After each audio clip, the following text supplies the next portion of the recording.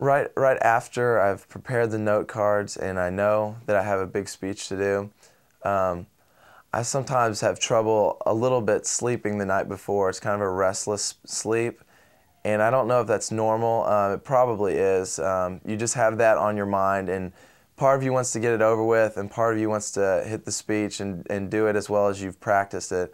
And sometimes it doesn't happen. You get up there and you choke up a little bit, and you tense up, and you don't do as well as you practice. But if you can keep going on and push through it, usually you're better than you give yourself credit for, I've noticed for me.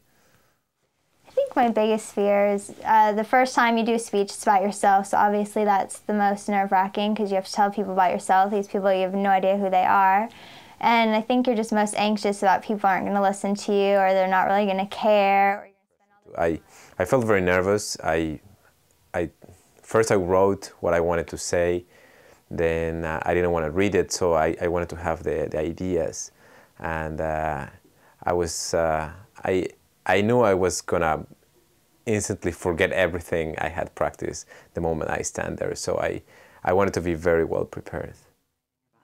Well, the night before, I always have a hard time sleeping, because I'm running through everything in my head so much. Not really so much nervousness, but am I ready? Did I think about this? Did I think about that? Did I think about what I'm going to wear? Did I think about what might happen? Have I covered every point in my speech? It's just kind of trying to quiet my mind down enough to get to sleep.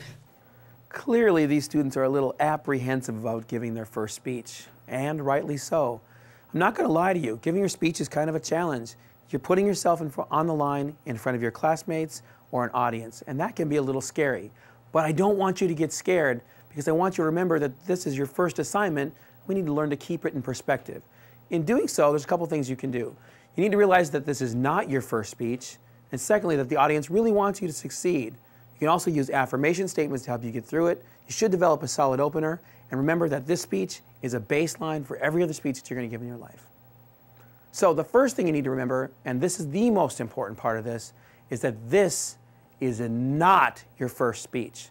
Think about it. You have been speaking for a long time. You probably started somewhere around 2 years old. Well, granted, you didn't make a lot of sense most of the time. You were speaking, and people, like your parents, were a captive audience. They loved hearing you. You've been talking for a long time since then. You gave reports in school. You maybe did a presentation at a civic organization or a club, or maybe you just visit with friends. But that's all speaking. Now, in this class, we've formalized it a little bit. We've given you introductions, bodies, conclusions, main points, note cards, outlines, but don't let it scare you, because this is all part of a process. Public speaking is a process. If you learn to go through it systematically, you're going to be confident in every situation that you speak in, and that's what this is all about. So don't let the structure scare you. It's just your first speech. And remember, it's not your last. You're not going to be struck mute after you get done with the first one. You're going to talk the rest of your life. So it's all practice till the end. The second thing to remember is that the audience wants you to succeed. This class is like a laboratory. We come here, experiment with what we do, till we turn out a good product. This is not a weed-out class, and every college has it. You know, a weed-out class, some class where people go in and they don't come back out. Maybe it's calculus, chemistry, astronomy, physics, whatever, where they decide who's going on in the major and who's going to pick another one. That's not how speech works.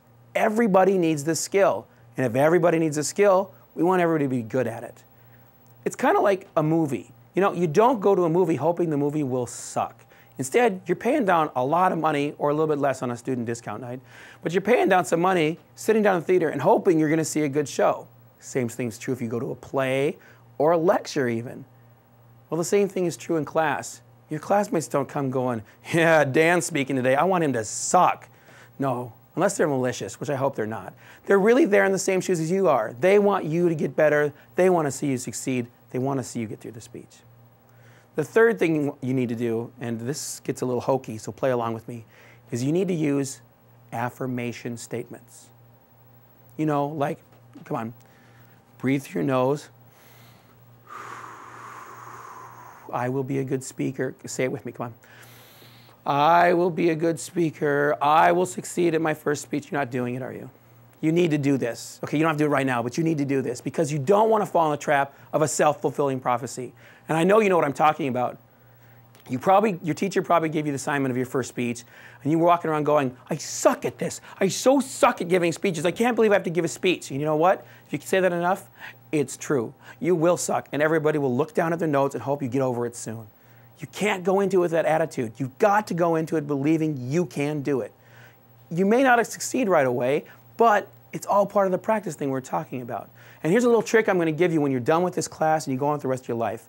Volunteer to give speeches as much as possible. Now you're saying, no way, I have to take this class to graduate, and when I am done, I am never speaking in public again. That's fine, but you're never going to get a chance to show off either.